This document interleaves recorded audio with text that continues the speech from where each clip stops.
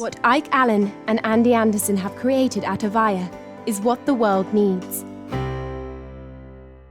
Hello, Avaiya family. I'm Andy Anderson. My partner Ike Allen and I are teachers, mentors, and the co-owners of Avaiya University. Avaiya is the creator of over 1,000 books, films, courses, teachings, and other supportive resources. Thank you so much for joining us. Our fellow teacher, Sarah Weiss, is back with us today to talk about the mystical approach to codependency. Sarah is a medical intuitive, spiritual mentor, university professor, and teacher. Her life is devoted to awakening to the divinity within. She has been gifted the ability to activate awareness of the loving universe, subtle energy perception, healing, and empowerment through spiritual transmission. Her passion and spiritual directive are to enliven, inspire, and empower those who desire to be whole. Welcome back to Avaiya, Sarah. Thank you, Andy. It's really nice to be back. It's It is wonderful what you put out to the world. Thank you. Yes, well, so happy to have you back. I loved our last conversation and I'm really looking forward to this one. And okay, so what in your experience is the mystic's approach to the topic of codependency? It's really interesting. So a mystic looks at each individual from their soul perspective. So we're not coming from the psychological perspective first, okay? So we look at the soul and we see what is trying to unfold here? What is the soul trying to guide this person's life to learning, to unfolding, and to discovering, rediscovering their soul's path? And so when I look at someone, I'm not looking at their pathology first. I'm looking at their soul, their light, their guidance, their higher being, and what their higher being is trying to bring them awareness of. And so we have a tendency to pathologize things or to make them something wrong. And there really isn't, from a soul's perspective, something wrong with you. It's what door is this particular quality going to open up for you in this lifetime? And so when we look at the energy, when we look at the soul, the higher being, the guides that are coming through for this person, what is the message? What is their next step? It's not about what's wrong right now. It's about what door is opening for you as we're discussing this quality that you have, okay? So it's very open. It's looking for places that the person can move to and evolve to. And certainly we want to move from something that is painful for people to something that is joyful, because that's what mysticism is about. It's about the ecstasy of life. It's about the beauty that we see in each other. Wonderful. I love that. Thank you. I appreciate you starting off with that. That's a great introduction to what we're about to talk about, especially for people who do have any kind of negative connotation or they see the word codependency, they know that they have certain characteristics that match what we say it is and might have negative negative judgments around it from themselves, or I shouldn't be this way, or it's wrong to be this way, all of that kind of stuff. So thank you for starting us off in that very compassionate way. And so how does the culture of materialism contribute to codependency? Well, I would say that our materialistic culture reduces everyone to a thing, an object, to its most minimal, bare bones, objective being. And so we don't get to fulfill and become the full expression of our being if we're constantly feeling this pressure to be less and less and less. We are meant to be multidimensional beings. We are not meant to be compressed into one dimension.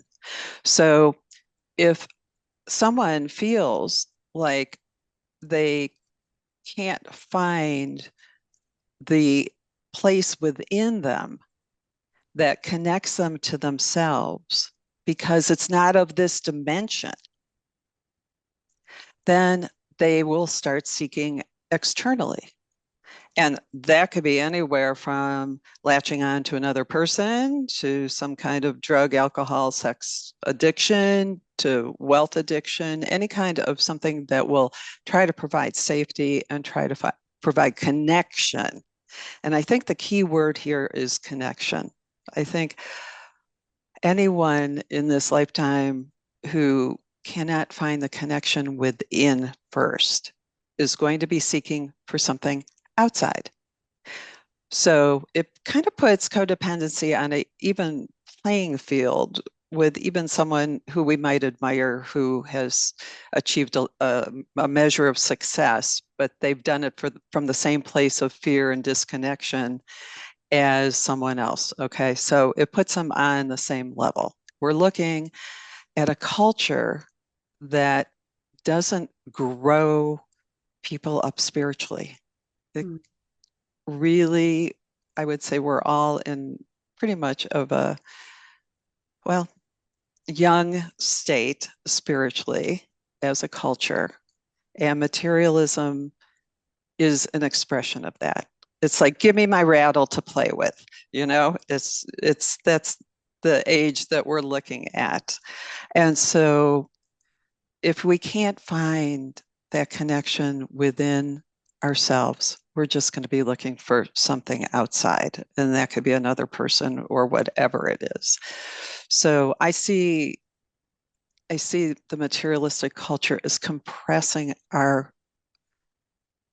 possibilities for our full expression. And then we distort to figure it out because it's just not available.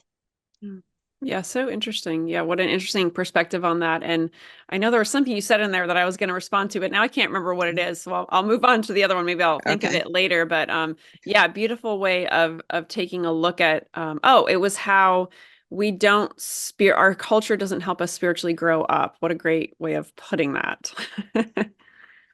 Yeah, not a lot of emphasis on that, of course, because then there's always so much fighting in between of what is right in the world of spirituality or religion or what's wrong and all that. So that gets in the way as well. I agree. Beautiful. Yes. Mm-hmm. And so, okay, let's talk a little bit about, this is another great question. So how are birthing and dying practices instrumental in creating codependency? I'm really glad we're bringing this up because it's not something that is spoken about a lot. Our entrance into the world, into a human body, is such a gateway experience. And so is our dying process a gateway experience. And if we are not mentored, if we are not taught to honor this birthing experience, to bring in a soul that is in a whole state,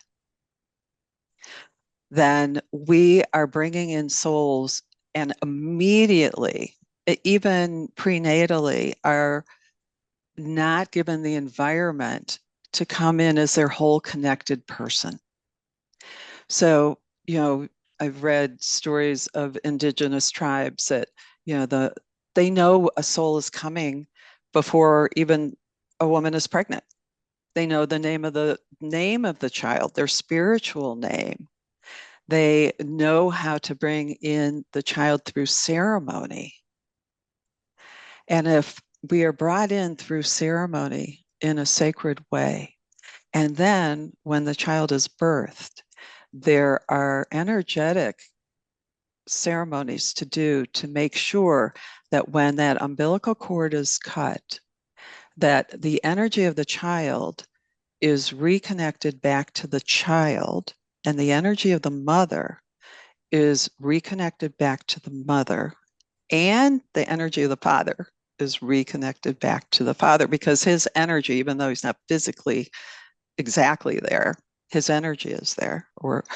And so when that ceremony is done right after birth, then everyone has the ability to be in their wholeness right off the bat.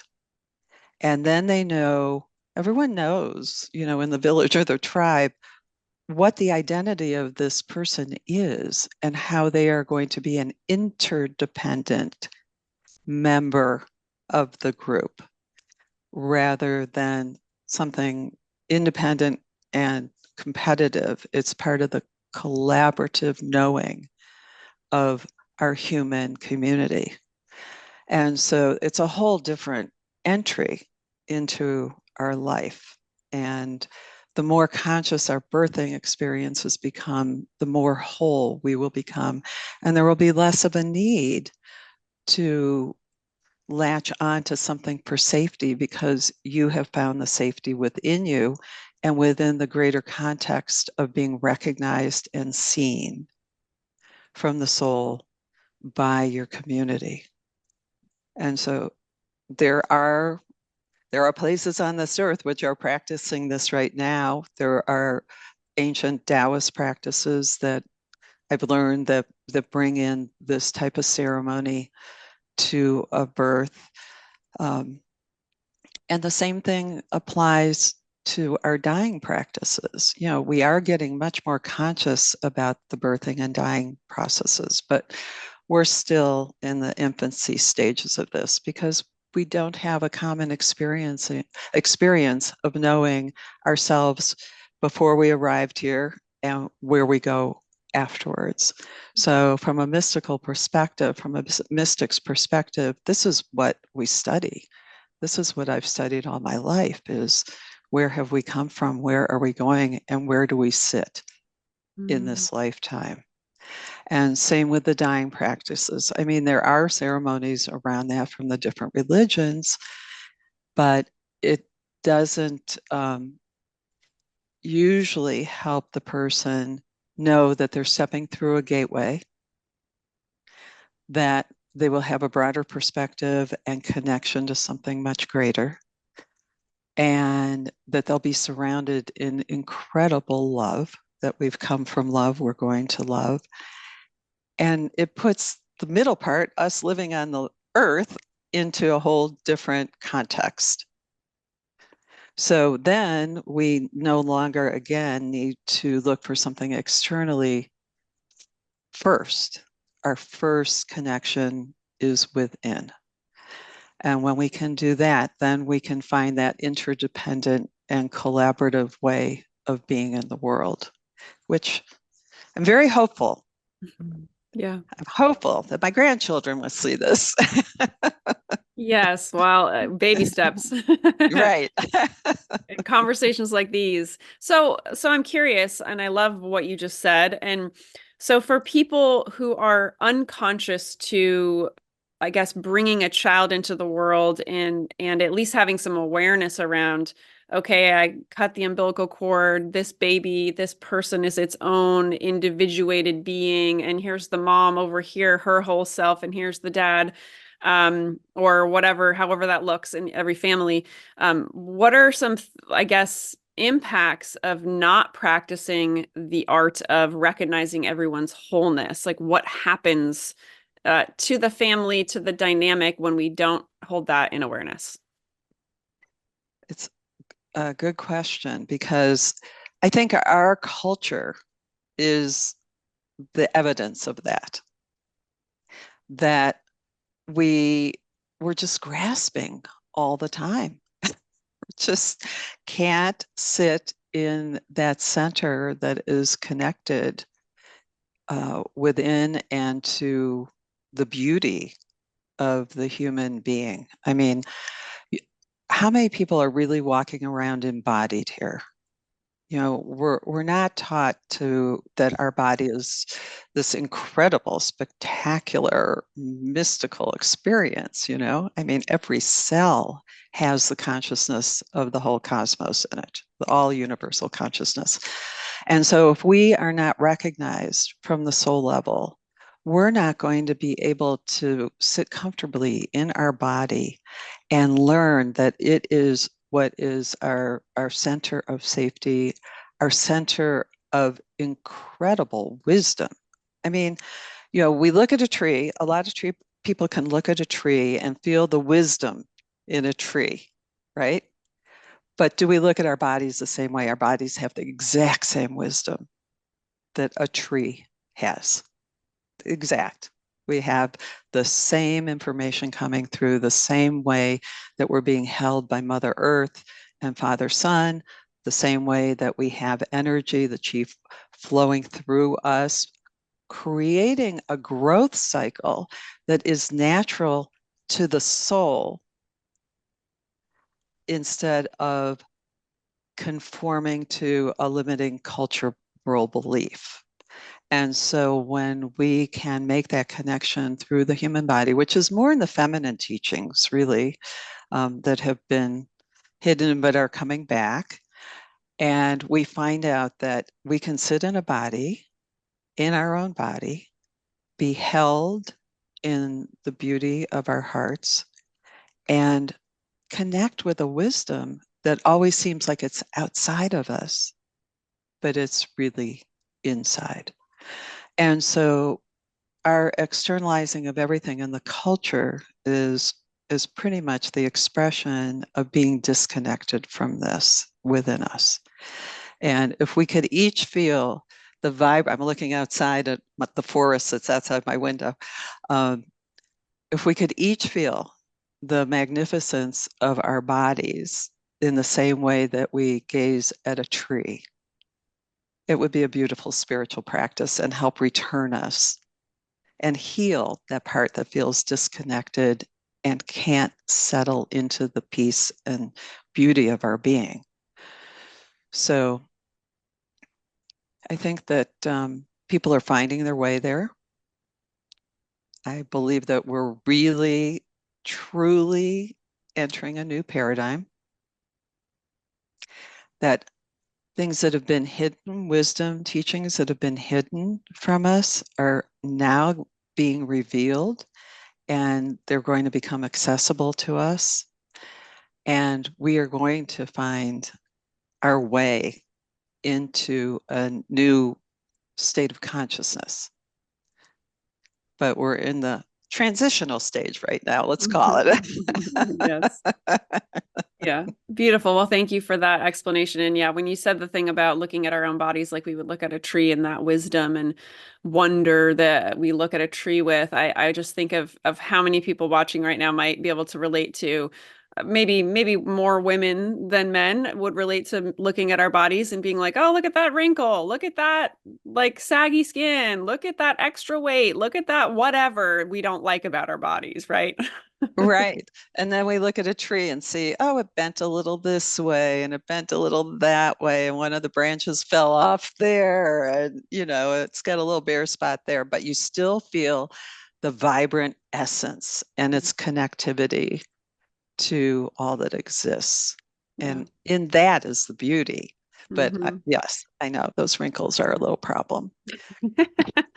But good thing to parallel, to look at the tree and all its imperfections, as we would call them, and yet they're not. They're just what it is. So Right. yeah, I love that. And let's talk about energy fields. So if you were to look at someone who has these characteristics of codependency, what does their energy field look like?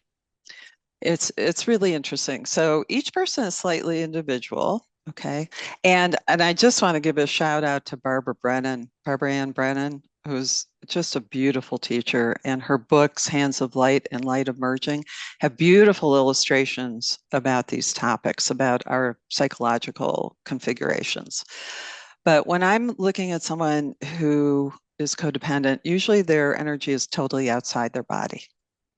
They're not inside the body, and their energy, well, first of all, because they're talking to me as a client, all their energy is coming at me. It's like everything's trying to connect to me instead of to themselves. Okay. So that's the first thing that I see, that their tendency is everything goes out and it's looking for a place to land that feels safe.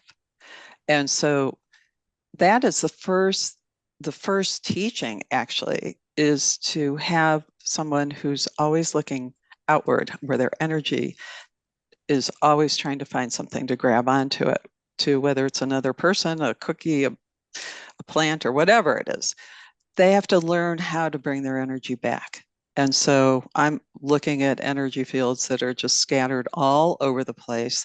There's no central axis, there's no central channel for their being to center around. And usually with that activity where they're reaching out all the time, what they're reaching out to is pretty dense. And so their energy field will have a lot of heavy, dense energy in it that then kind of stalls their being. It gets weighted down. And that means that the fear can grow, the anxiety can grow, and it can become this vicious cycle where you're constantly looking outside with your energy, even if you don't think you're doing it with your mind or your emotions. You could be codependent, but not look codependent because of what your energy is doing. How are you latching on to someone else? It's really interesting if you're in a business meeting or some kind of meeting with a group of people and watching the energy, because people are really good at having this facade of being all put together and their thoughts are perfect and they're doing their outline and all that. And then you watch the energy and how manipulative our energy can be in the invisible world. And so we can have someone that looks perfectly confident and looks like they're clean, clear, and doing what they're supposed to be doing and strong. And their energy is actually, picture an animated roots of the tree or the branches of the tree reaching out to the group and like grasping onto everyone. And then they actually have then they have everyone's attention and they can actually put over their agenda in this subtle manipulative way. Mhm. So it's really interesting watching someone in the various situations that they can be in. But that doesn't mean that person's going to end up feeling like they had a successful meeting or an enjoyable relationship, because it's all based on anxiety and fear and not having their own inner grounding. Mhm. Yeah. Yeah, I love the visual of when you were talking about it, kind of reminded me of like tentacles or something. And Right. yeah, like going out and 100%. I totally get it.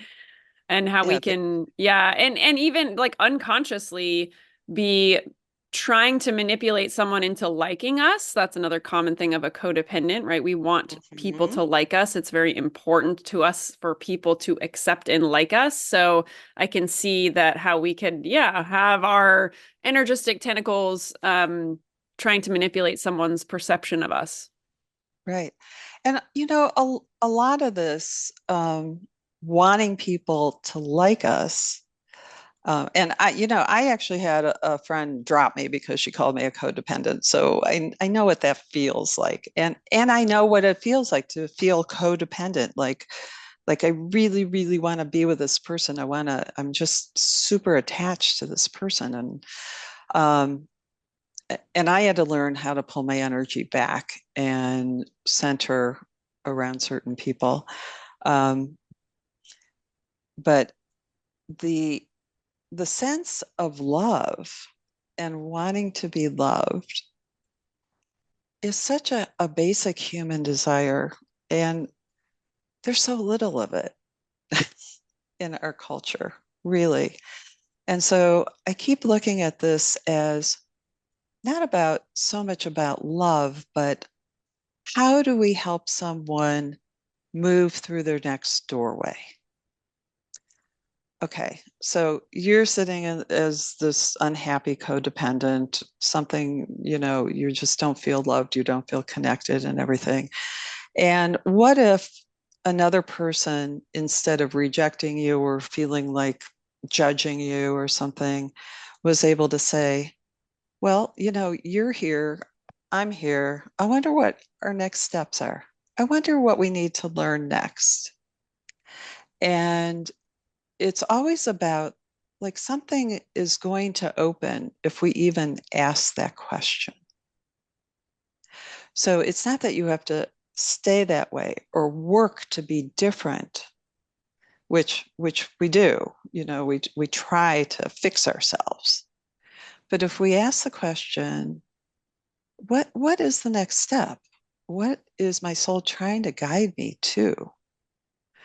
And what's the next door I can walk through that will help me grow into a more mature, evolved person?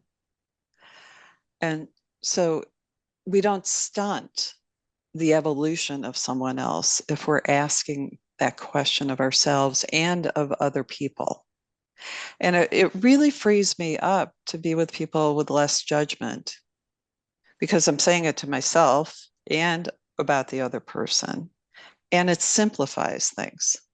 It's like we're not trying to solve the world and solve all of our issues all at one time, but we're asking the question, what is the impetus in me? Where am I trying to move to? What is the higher version of this? And then we call in Mother Earth, Father Sun, the elements and the directions and the higher being and the guides. And we say, how can you help me take the next step? I don't need to stay here now. I realize that. How can I take the next step? And with that multidimensional awareness, we can take the next step and be open, see what synchronicities come, see what book drops off the shelf, see what nice person comes around, see how I look at my husband differently when I say that to myself. You know, the people closest to us, we end up with the most judgments about. And when we can shift that, we really do make a shift. You know, that's really putting the pedal to the metal, as they say. So, yeah, beautiful. Thank you. I appreciate you going through that. And absolutely, yes, the people we're closest to tend to be the ones we judge the most. 100% personally relate to that for sure. And of course ourselves, and there's that, and a whole other conversation as well. And you mentioned love in there, and I'd like to go a little bit into, before we start wrapping up, how do we turn codependent love, so that clingy, anxious, grasping kind of love, into self-love and then into divine love? yes. You know, it's wonderful. There's so much conversation around self-love now. It's really a great topic to have popularized right now. Really good. So when I'm working with my classes or with my students, really the first place to find some love, if you're looking for it, is with Mother Earth. It's the most guaranteed place to go look for love. And, you know, that's kind of my thing, is I'm always going to be guiding someone to reconnect with Mother Earth. We are sitting in the biggest breast bosom of love that you could ever imagine by being on this planet and being in her heart. So it becomes a process of learning how to connect with Mother Earth through your subtle energy field. And every time you do that, there will be a little less externalizing, grasping, anxiety, a little more confidence, a little more peace. And inch by inch, as you transfer your desire to connect outwardly to your intention to connect inwardly to the planet, literally this living being that we are sitting in, not on, then we are connected to this universal love. And she's the greatest teacher. She will, like our bodies, she created our bodies, we're made of that wisdom. And she will activate the Kundalini in a beautiful way, which is great cosmic wisdom within our body. It's here, we got it. It's not out there anywhere. And so inch by inch, we learn how to bring our energy back and learn how to connect at the same time. So it's not like you're bringing your energy back and like getting stuck in this anxious pool of fear and unknown unsureness.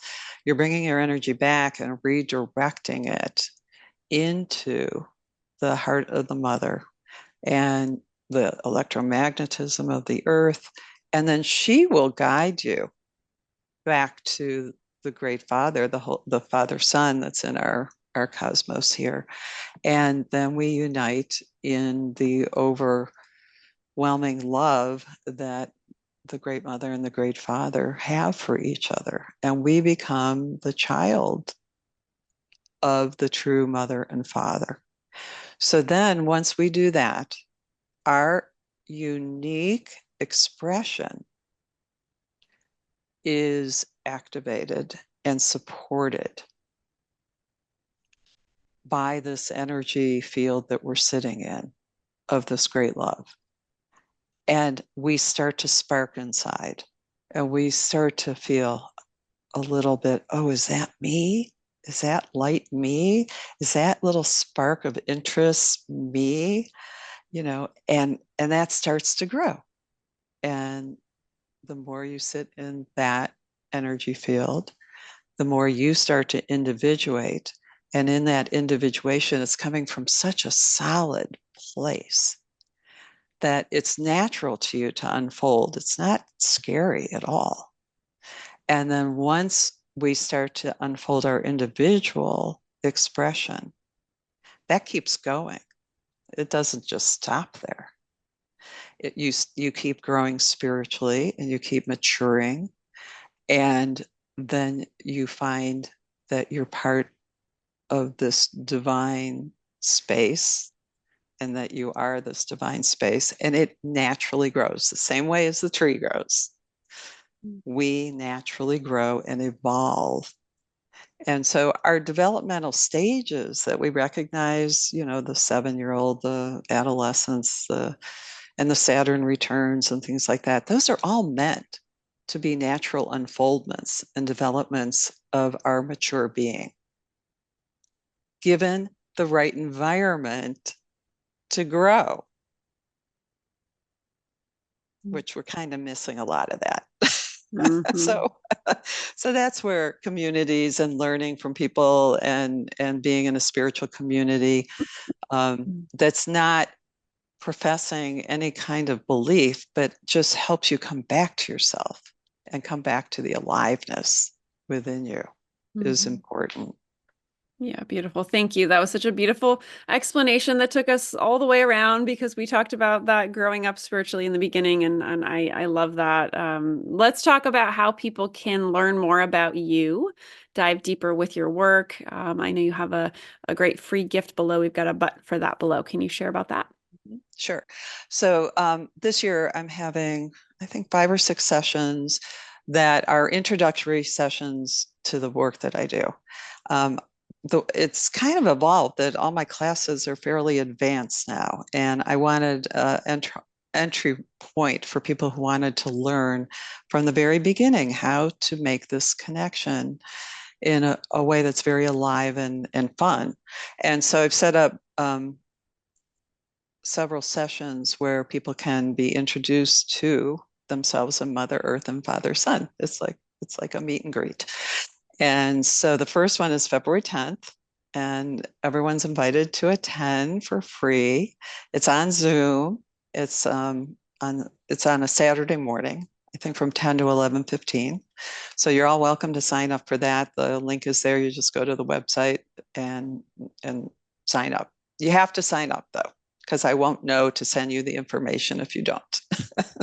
Yes, wonderful. Well, thank you. That sounds amazing. I so appreciate you offering that, especially for people who are new to the work and wanting to explore further. So we've got a button for that below. Any last insights you'd like to leave us with before we wrap up?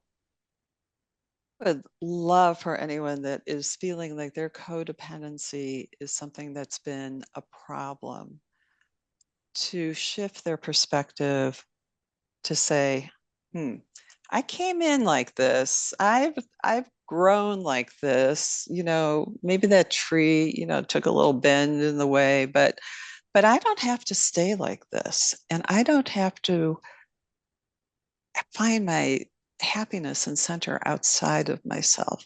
And so I'd like people to take that and turn it inside out and find out where they're being guided and what they need to learn to grow into their greater self.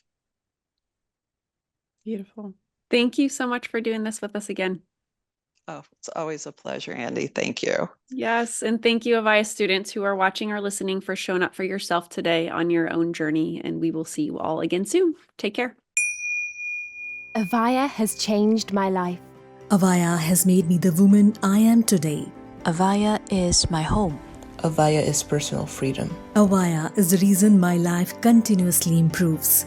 Let everyone in your life know about Avaiya. Everyone needs to know about this amazing company. Thank you, Avaiya, for appearing in my inbox. What Ike Allen and Andy Anderson have created at Avaiya is what the world needs.